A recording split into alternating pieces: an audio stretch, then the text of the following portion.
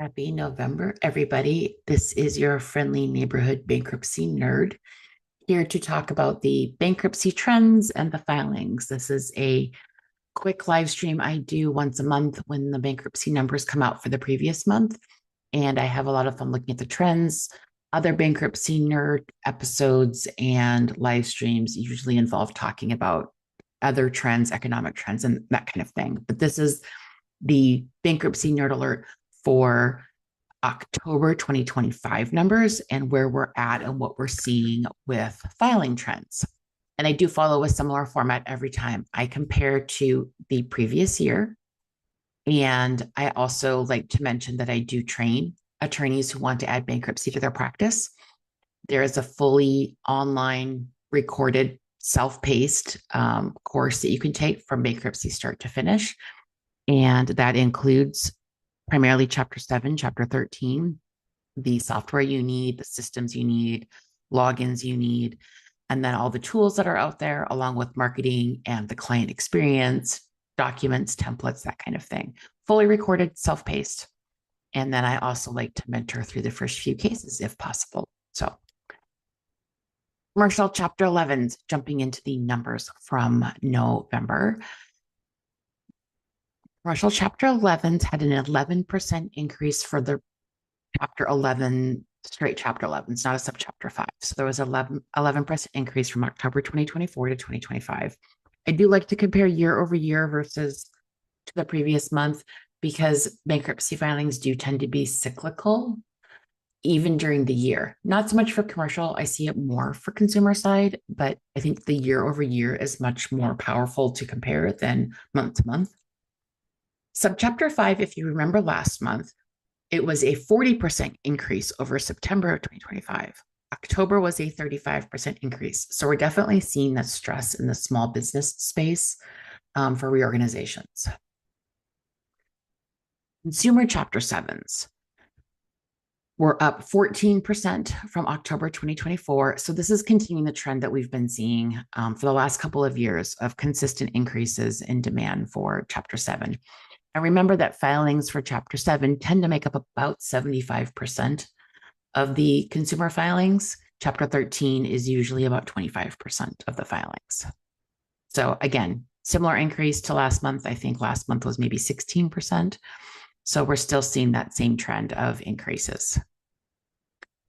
Chapter 13 had an 11% increase from last year to this year in October. And the things to watch for with Chapter 13 right now is it does require regular monthly income.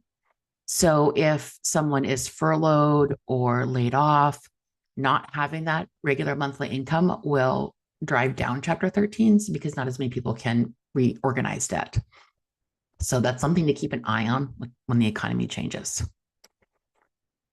Total individual filings, if we're doing both 7 and 13, combined for individuals was a 13% increase. So we're all right in that same range of 13 to 15% that we're seeing with 7s and 13s.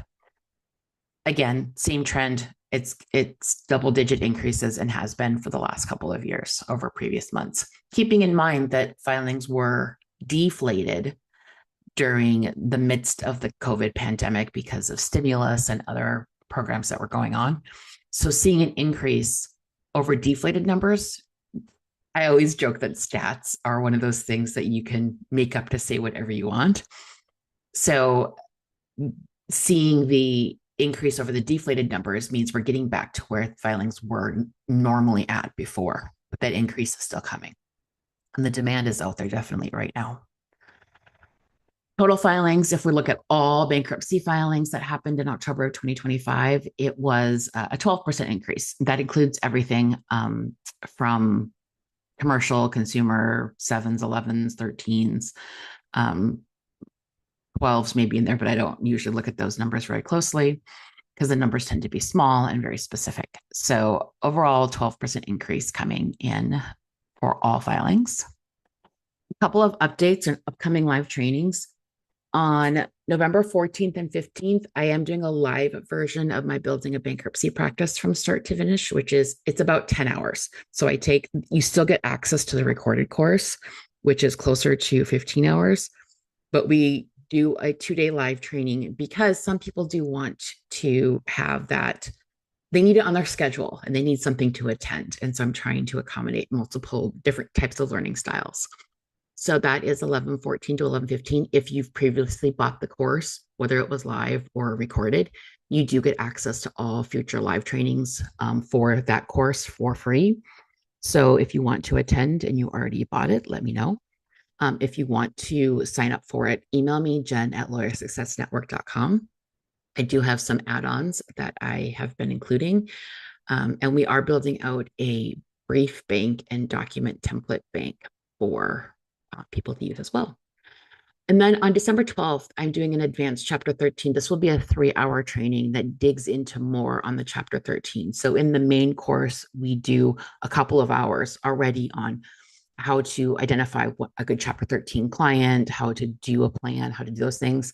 Advanced chapter 13 gets into some more of the motion practice, gets into advanced calculations and plan design.